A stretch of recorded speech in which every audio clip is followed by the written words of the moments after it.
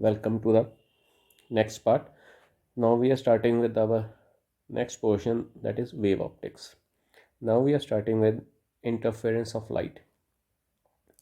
When two light waves of same frequency and having zero or constant phase difference superpose on each other, then the intensity of the light in the region of the superposition gets redistributed, becoming maximum at some points and minimum at others. That is, when two light waves, preferably of same frequency and almost same amplitude with zero constant phase difference, when they superpose on each other, traveling in the same direction, then in the region of superposition, the region where the two light waves tend to intermix with each other, the intensity of the light in that region gets redistributed, due to which at some point the intensity of the light increases and at other points intensity of the light decreases. This redistribution of the intensity or the energy of the light waves superposing each other, we call it as the interference of light.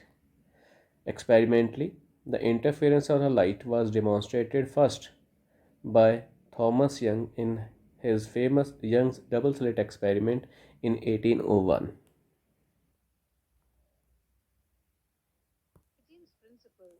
The monochromatic source of light illuminating the slit S sends out spherical wave fronts. Let the solid arcs represent the crests and the dark region represent the troughs.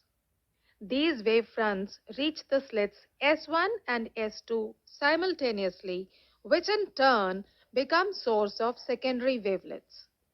Since the waves emerging from slits S1 and S2 originate from the same source S, hence they are in phase, or S1 and S2 act as two coherent sources. Constructive interference occurs at positions where crest of one wave falls on the crest of the other, and trough of one falls on the trough of the other. At a point on the screen, which is equidistant from each slit, the waves from the slits arrive in same phase. Therefore, constructive interference occurs at that point and a bright band is produced. Thus, at the center of the interference pattern, there is a bright band called the central maxima or the zeroth order interference maxima. Whereas between the bright bands, a crest from one slit arrives at the same time as a trough from the other slit, and a dark band is produced. Therefore, destructive interference occurs where the crest of one wave falls on the trough of the other wave. In general, bright bands occur where the light waves interfere constructively, dark bands occur where the waves interfere destructively.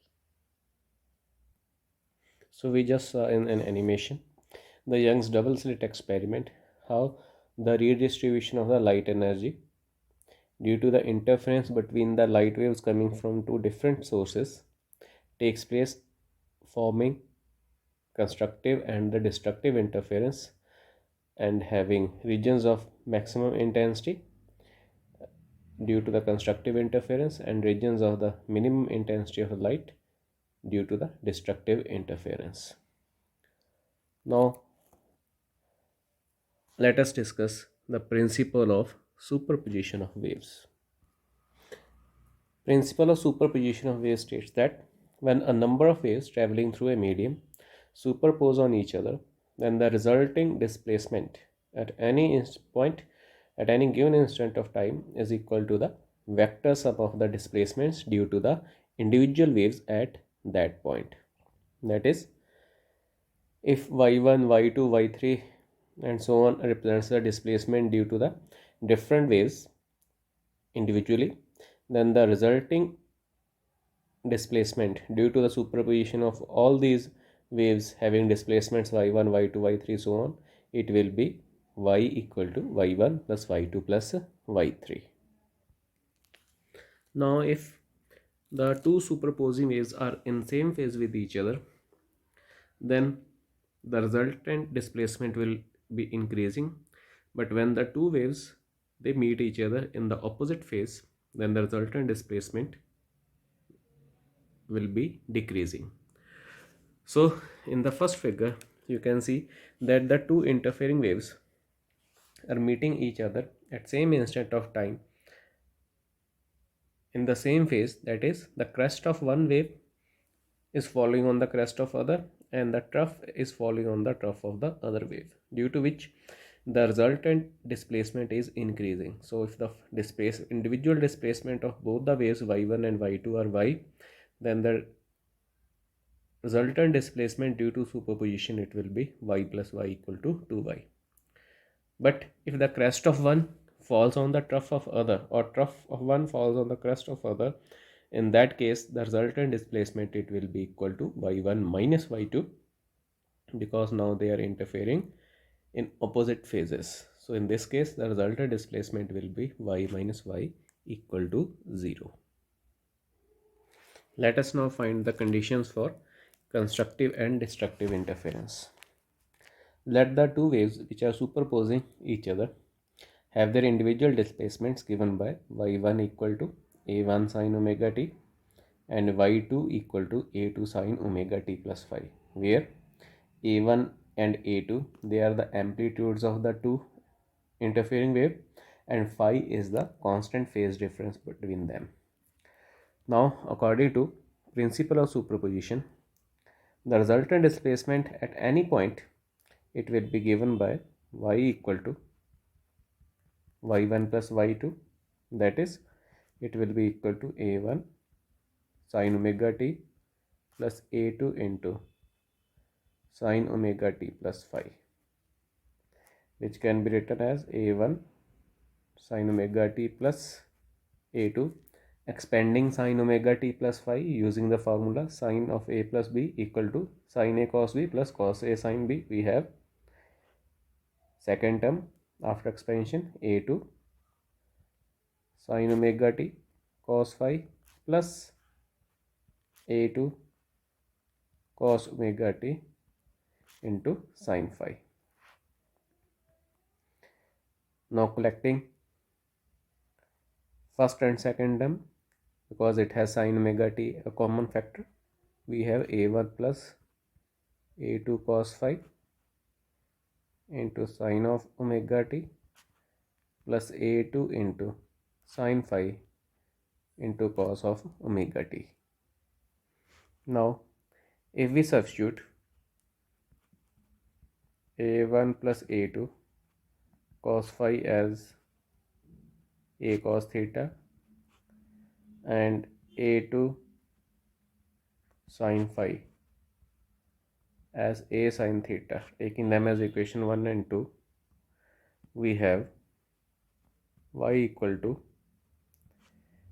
a cos theta sine omega t plus a sine theta into cos omega t. A is common, so we are again left with sine omega t cos theta plus sine theta into cos omega t, which is nothing but expansion of sine of omega t plus theta. So this equation gave us the resultant displacement of the wave having amplitude a, and it differs from the first wave by a phase angle theta. Now we want to determine the value of amplitude a of the resulting wave. For this, just square and add the equation number 1 and 2. Then we will have a square cos square theta plus a square sin square theta equal to a1 plus a2 into cos phi whole square plus a2 square sine square phi. On the left side, a square is common, so we will be having left with cos square theta plus sine square theta equal to expansion of first term a1 square plus a2 square cos square phi plus 2a1 a2 cos phi plus a2 square sine square phi. Now cos square theta plus sine square theta is equal to 1, so on the left side we are left with only a square. On the right side, a2 square cos square phi and a2 square sine square phi. If we take a2 square common, then cos square phi plus sine square phi will also be equal to 1, so a square it will be equal to a1 square plus a2 square plus 2a1 a2 into cos phi. So this equation give us the amplitude of the resultant wave obtained by superposition of y1 and y2. So amplitude A will be equal to a1 square plus a2 square plus 2a1 a2 cos phi whole under the root. We know that intensity of any wave is directly proportional to square of the amplitude, that is I is proportional to a square. So for first wave we can write I1 proportional to a1 square, I2 proportional to a2 square, then resultant intensity I of the resultant wave will be proportional to a square. So using this in the equation number 3, we can write equation 3 as I square equal to I equal to I1 plus I2 plus 2 times root I1 root I2 into cos phi. This will be our equation number 5. So resulting intensity at any point is actually, it will be maximum or minimum. It depends upon our last term, which is called as the interference term. So this last term, which is interference term, has an important factor cos phi, that is the phase difference between the two interfering wave. So if at any point where the two light waves are interfering with each other, the value of cos phi will be maximum, then the intensity of light will also be maximum. So constructive interference will take place and maxima point will be formed. But at any point where the value of cos phi will be minimum, then the resultant intensity will also be minimum, destructive interference will be taking place, and a minima will be formed over there. Now for constructive interference,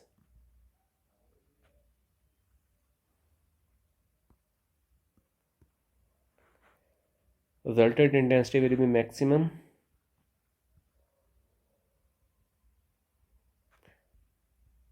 if the value of the cos phi is maximum. Value of cos phi should be equal to 1, that is phi should be equal to either 0, 2 pi, 4 pi, 6 pi, so on. That is the phase difference, it should be equal to 2n pi, where value of n should be varying from 0, 1, 2, 3, so on. So in this case, in general, phi should be equal to 2n pi with n ranging from 0, 1, 2, 3, 4 and so on. Also, a phase difference of 2 pi, it corresponds to a path difference of lambda. Phase difference of 2 pi corresponds to path difference of lambda. Therefore, if x is the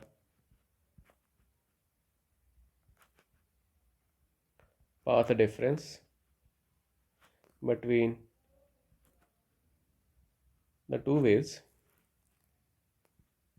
then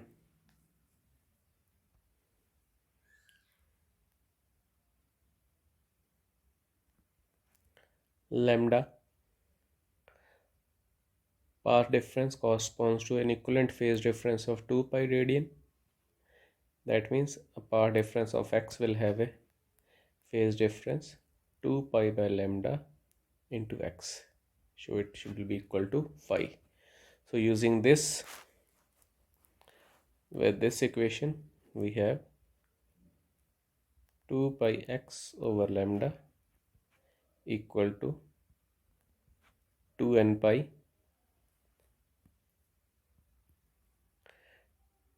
2 pi get cancel, x become equal to n lambda. So either we say that phase difference between the two interfering waves should be an integral multiple of the 2 pi, or phase difference between the path difference between the two waves should be integral multiple of the wavelength, then constructive interference is going to take place. For destructive interference, cos phi should be having a minimum value that is equal to -1. That is, phi should be equal to 2n minus 1 into pi with the value of n starting from 1, 2, 3 and so on. That is, when phi is equal to pi, 3 pi, 5 pi and so on. So whenever phase difference between the two waves will be an odd multiple of pi, then the destructive interference is going to take place. So comparing this with the condition of relation between phase and the path difference, we have 2 pi x over lambda equal to 2n minus 1 into pi. Pi and pi get cancel, x become equal to 2n minus 1 lambda by 2. So this is the equivalent condition of destructive interference in terms of path difference. Again, n is equal to 1, 2, 3, 4, 5 and so on.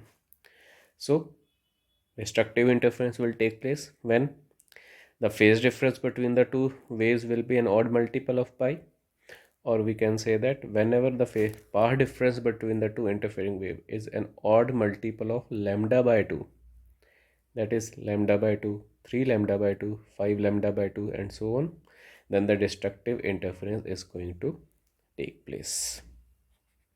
Thank you.